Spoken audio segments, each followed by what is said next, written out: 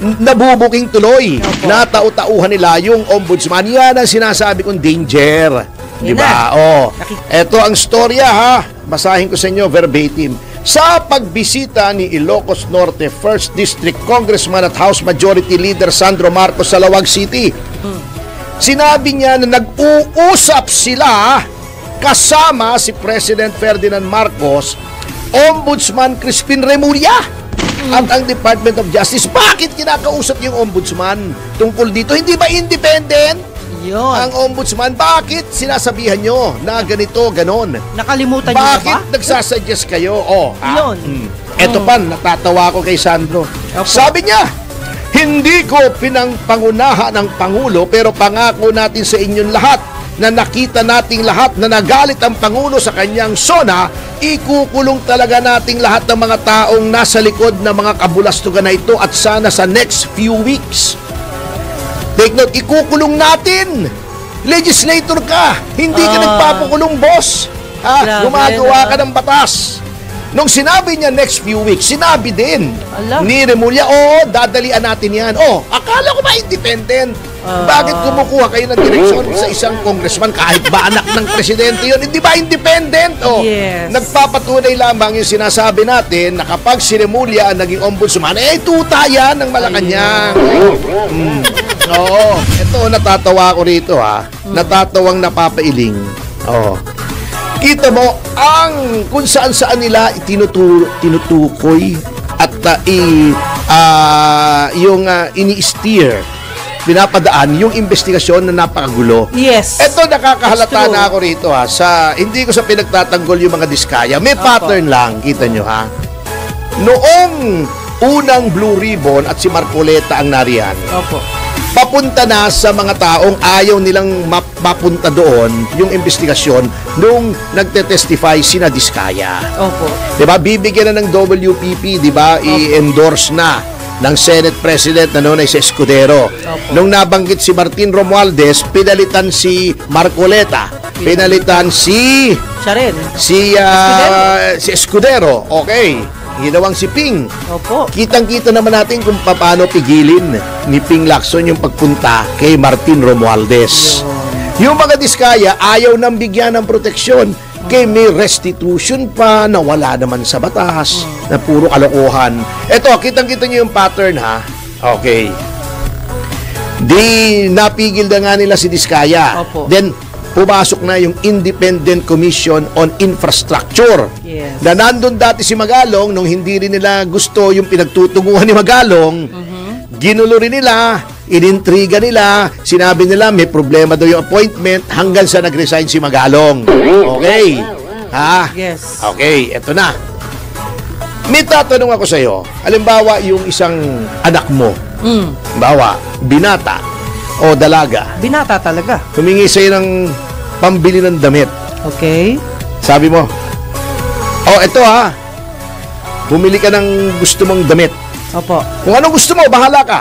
Independent ka. Ikaw ang masusunod. Ay, thank you, Nay. Thank you, Tay. Pero hindi, sama ako.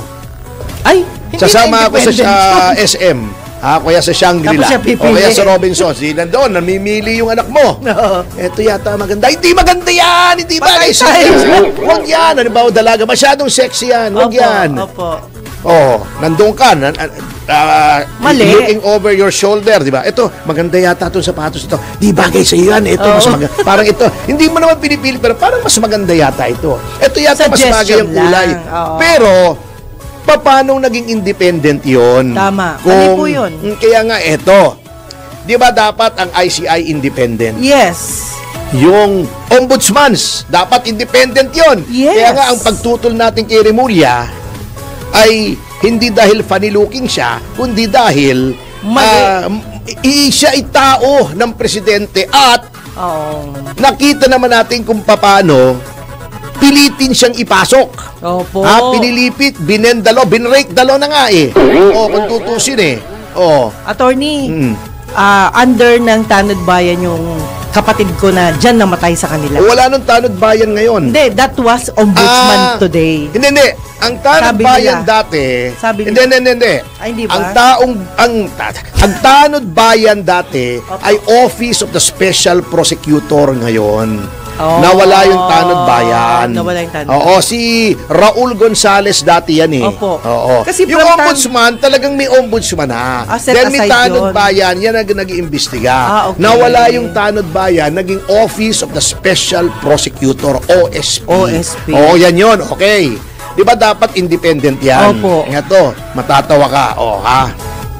Unang-una, yung ICI, nasabi na natin yan, bakit ba laging nandyan si Vince Dizon?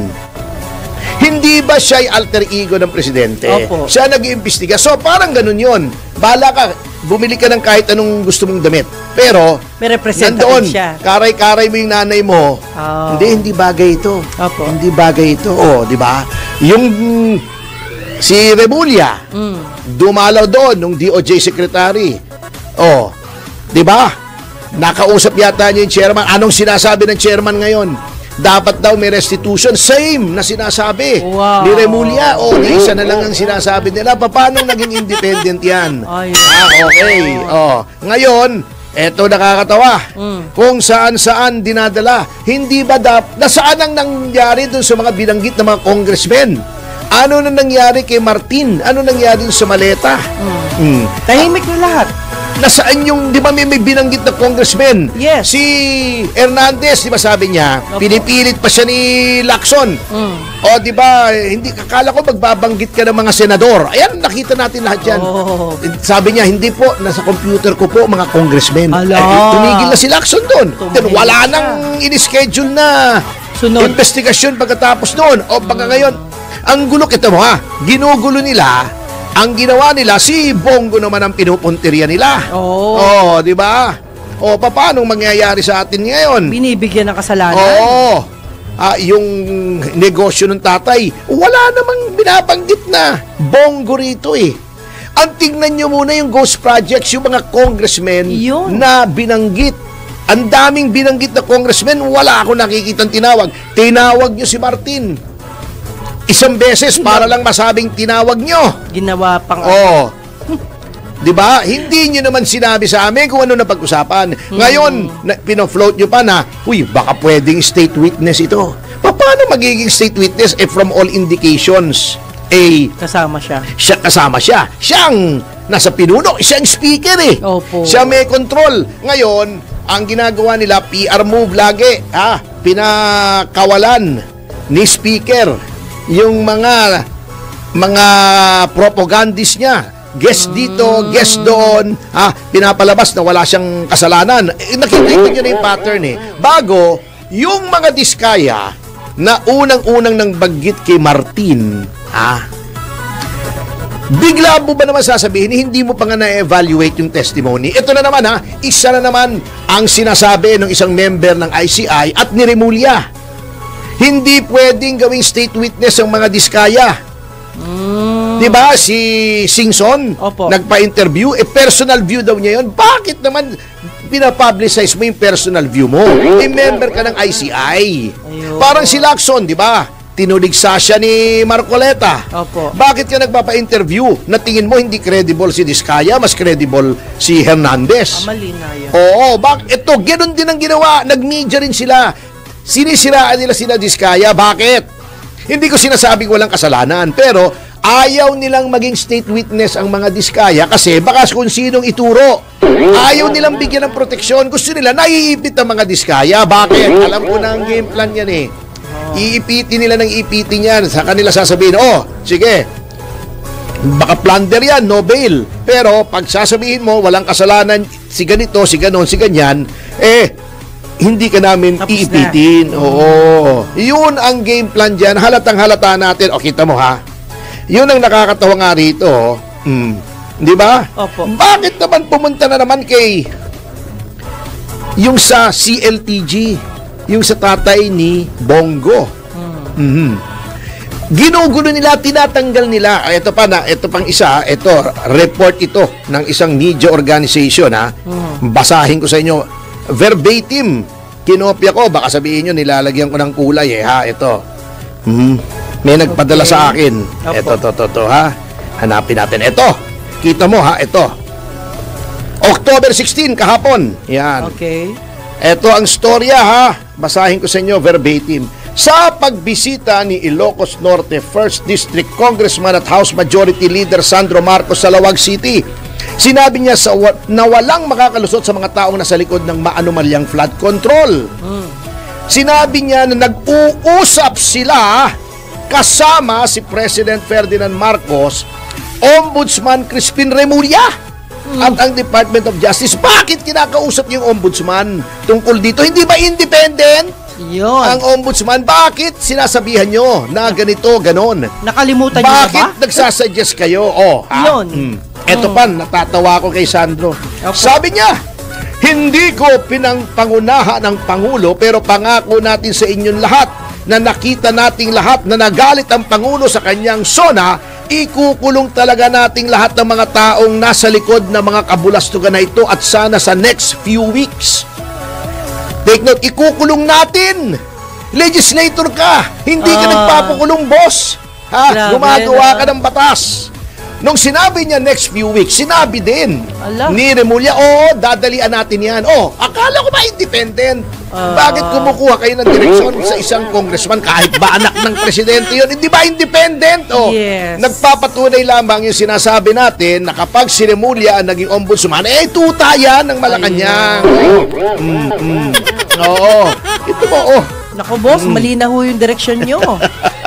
Knock-knock. Ito ba, dagdag pa ng House Majority Leader na kung merong alam ang mga tao na anomalya sa flood control, sabihan lang siya. Kailan ka naging investigador ng ICI? Pwede sigurong sabihan siya. Isusumbong niya roon, siguro. Pero, bakit kumakausap ka direkta sa ombudsman? Independent yan Ang pangit ng dating boss. Ha? Na hanggang ngayon tingin nyo, alter ego ng Pangulo ang ombudsman. Bakit ikaw? Gagalit niyan si Ka Joel. Nagpapakyut siya. Sumasakay siya sa issue. Nabubuking tuloy. Na tau-tauhan nila yung ombudsman. Yan ang sinasabi kong danger. Di ba? Nakikita na yan. Kitang-kita na yung pattern. Kita mo ha? Eto. Yung sinabi niyang less than weeks, bumanat naman si Remulla, nagdidikta naman sa mga hukuman. Dapat daw, wala pang isang taon, wala pa nga daw isang buwan Dapat meron ng resulta. Paano nangyari yun? Yan ang hirap kasi, kung hindi ka nakakakita ng loob ng courtroom, hindi mo alam ang nangyayari sa courtroom. Hindi mo pwedeng sabihan yung korte, bilisan nyo. As ombudsman, nag-imbestiga ka, magpa-file ka, yung korte may independence yan. Bakit ba gustong saklawan lahat ng executive ang lahat ng functions? Kanya ako, sinasabi ko sa inyo, wala na akong kumpiyansa dyan sa ICI. Meron pa tong, dapat daw walang dilatory tactics bago, kung hindi ba naman ulalo itong si Remulla, para siyang hindi abogado, sasabihin pa, dilatory tactics are always the problem. That's what lawyers get paid for. How to delay the case. May siraulo ka. Bakit ka hindi abogado? Hindi mo alam kasi ang proseso. Hindi ka kasi nag-practice, ha? Grabe yung paninira Hindi ka kasi yan. nag-practice. Hindi mo alam kung ano nangyayari sa korte. Hindi mo alam yung due process. Hindi mo alam, may schedule yan, maraming kaso. Kaya may calendar Hindi mo pag-aari ang korte. Sumusobra. Kaya sabi sa'yo, isang damakmak na mayayabang. Ang administrasyon na to, may kultura ng kayabangan. Yung mga wag mo kong pag-utusan, mga ganyan. Pasalamat kayo, hindi ako nag-abogado. Di ba? Yari sila. Ay, nako. Ay, yes. Dapat daw erase ang bar ng evidence. Anak ng pating talaga ako. Ay, nako. Sir, teka muna. Marami tayong IBP member, di ba? Teka muna. Marami tayong abogado. Teka muna talaga. Kasi magbe-break tayo Okay.